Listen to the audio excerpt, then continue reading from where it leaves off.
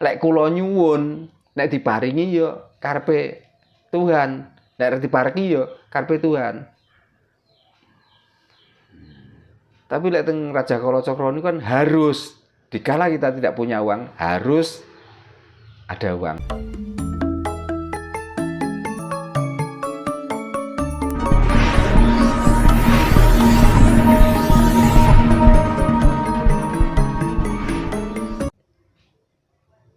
Satu-satu jalan harus satu, belajar tentang Raja Kalacakra, dan yang kedua harus melakukan patrap Raja Kalacakra, karena kula yakin dan itu sudah saya lakukan dan saya kerjakan. Dengan patrap dan tahu tentang maksud dari Raja Kalacakra, yang saya rasakan tidak ada yang sia-sia. Jadi ibarat yang mantuk niku ora tangan kosong, ora zong. Manfaatnya untuk apa, Pak? Ketika orang itu belajar Kalacakra. Ya manfaatnya tentang Raja Kalacakra kan wong ya sadurunge settingan kan kula sanjangaken bahwa Tuhan niku butuh diultimatum. Oh, cara untuk mengultimatum Tuhan itu bagaimana? Tapi bagi orang-orang yang pemahamannya masih segini, secetek, seolah-olah awak dhewe niki dianggap wong sing kurang ajar. Tuhan kok bisa diultimatum? Tuhan kok bisa diultimatum? Padahal dengan kata Tuhan jarang orang yang bisa memahami apa Tuhan itu. Iya, Pak. Nah, yang dimaksud zong, gagal dan yang lainnya, itu kan tetap tentang kebutuhan hidup toh. Nah, Tuhan itu kebutuhan.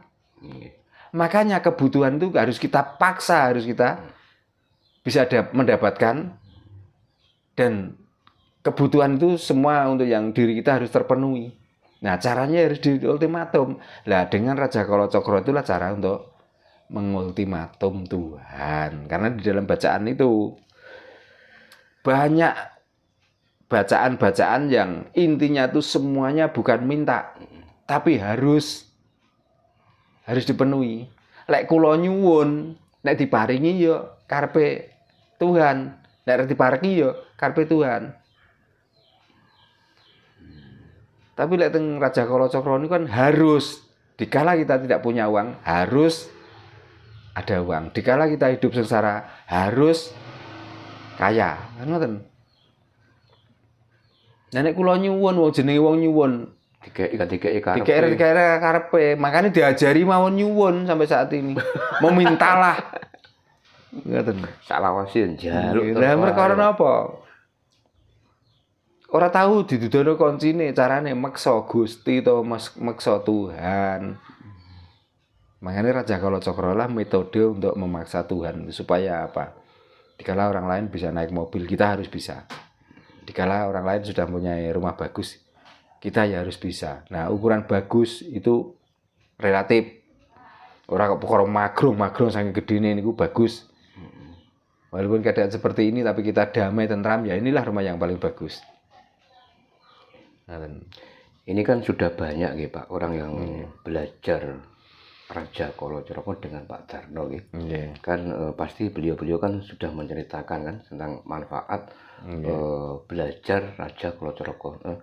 Seberapa persen, Pak, beliau yang belajar Raja Kalacakra dengan Pak Darno ini keberhasilannya berapa persen, Pak? Keberhasilannya bukan karena Raja Kalacakra ya. Raja Kalacakra itu metodenya. Tapi keberhasilan karena dia itu mencintai sesuatu yang dikerjakan. Contohnya bagi pedagang menikmati tentang dia berdagang. Ya, kalau dia punya bisnis luar, dia mencintai tentang bisnisnya yang di luar. Ya. Tapi kan bisa dilihat sendiri toh. Setiap malam Senin, kebanyakan di sini itu ya masih ada yang pakai roda 2. Tapi roda 2 pun yang awalnya itu cuma Supra tahun 2002, 2001. Sekarang sudah melangkah ke Beat sampai Vario sampai NMAX toh. Yang tadinya mobilnya cuma Xenia, sekarang sudah kebanyakan pakai mobil Innova. Nah, apakah itu bukan salah satu bukti keberhasilan? Terus dilihat orangnya sekarang, yang dulunya ngongsongso, yang dulunya dia itu mengejar tentang itu, Sekarang kok ya damai-damai saja. Kan tidak ada rasa lelah, tidak ada rasa bosan dan lain sebagainya. Sekarang kita mencari ilmu atau pencerahan. Besok pulang tetap jualan. Sekarang kita sudah laku banyak dan mendapatkan untung banyak. Dia nggak berhenti di situ, malah semakin giat bekerja supaya mendapatkan yang lebih banyak lagi. Saya tidak pernah mengajarkan mereka harus beramal, pernah saya ajarkan harus nyumbang ini dan itu. Kenapa Pak kok dilarang? Itu kan bagus untuk rasa sosial. Bagus, tapi kalau saya dogma harus menyumbang kan artinya karena saya. Gitu. Kan biar dia tahu rasa sendiri. Saya sudah punya, orang itu nggak punya. Nyatanya tanpa saya suruh seperti itu. Sudah melakukan setiap sendiri, ketemu orang yang dianggap di bawah mereka kok dia memberi. Berarti kan sentuhan rasa. Jadi nggak harus didoktrin Pak. Nah untuk apa kita doktrin? Karena dengan mendoktrin, dia harus mengatakan embel-embel balasannya. Lah kalau embel-embel balasannya itu nggak dapat. Apakah saya ya berani menanggung itu semua? Kan saya nggak berani. Monggo Pak. Nah, itulah buktinya.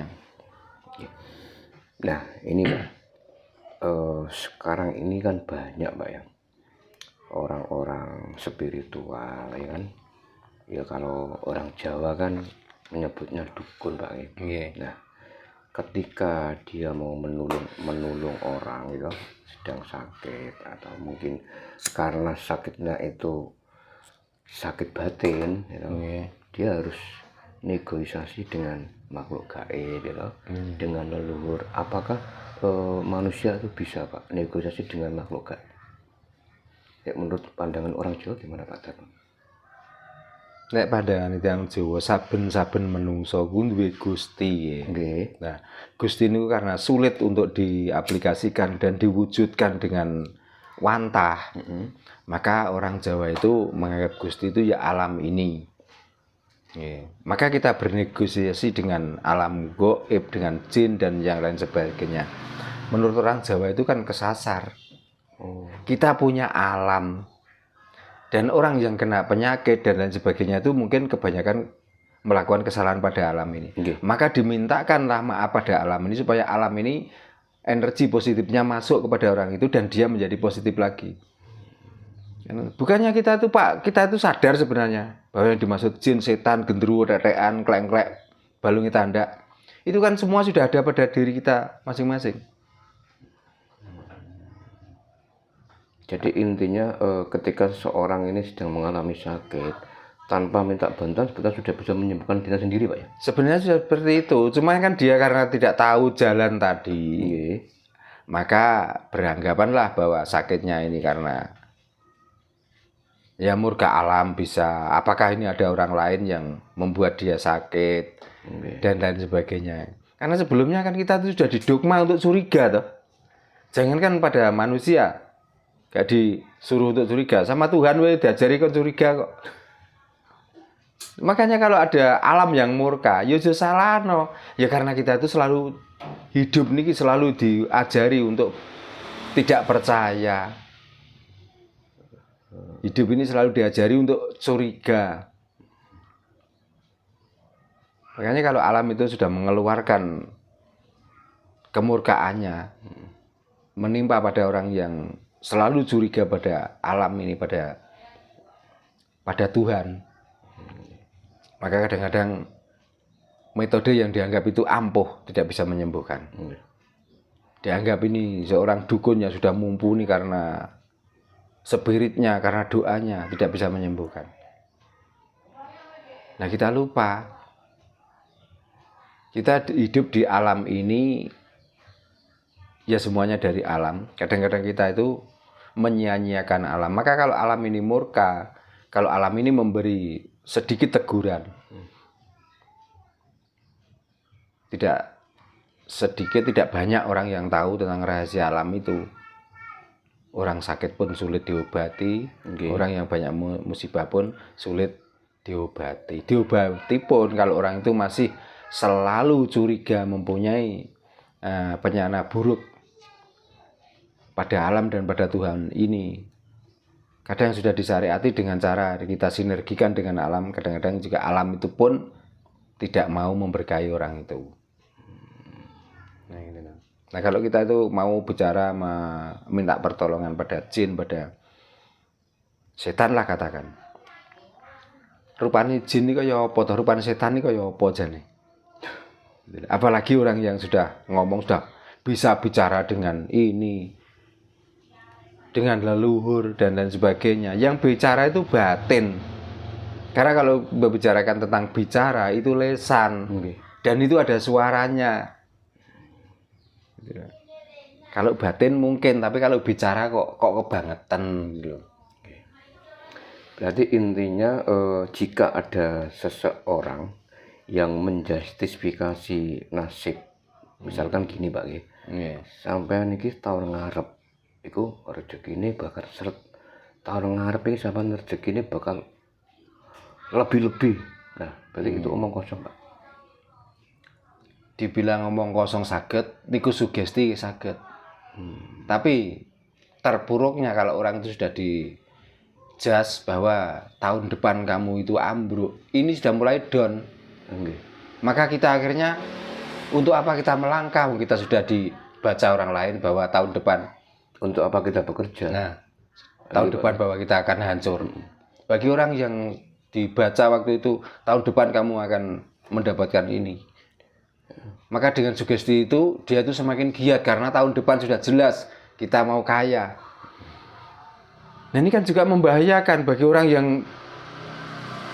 dijustifikasi itu tadi. Nah, mestinya kan nggak gitu. Contohnya gini, Mbak Darno, saya itu jualan tapi jualan saya nggak laku. Ya inilah syariat ini pakai taburkanlah di sana. Nanti setelah ditaburkan nanti akan pulih. Nah, apakah ini taburannya itu yang mandi, apakah sugesti ini? Karena dia saya suruh menaburkan, maka dia percaya dan yakin bahwa setelah menaburkan ini dagangan laku. Artinya hati ini sudah nggak penasaran lagi, hati ini sudah nggak curiga lagi, dan dia selalu senyum. Senyumnya apa? Ini sudah saya taburkan, pasti laku.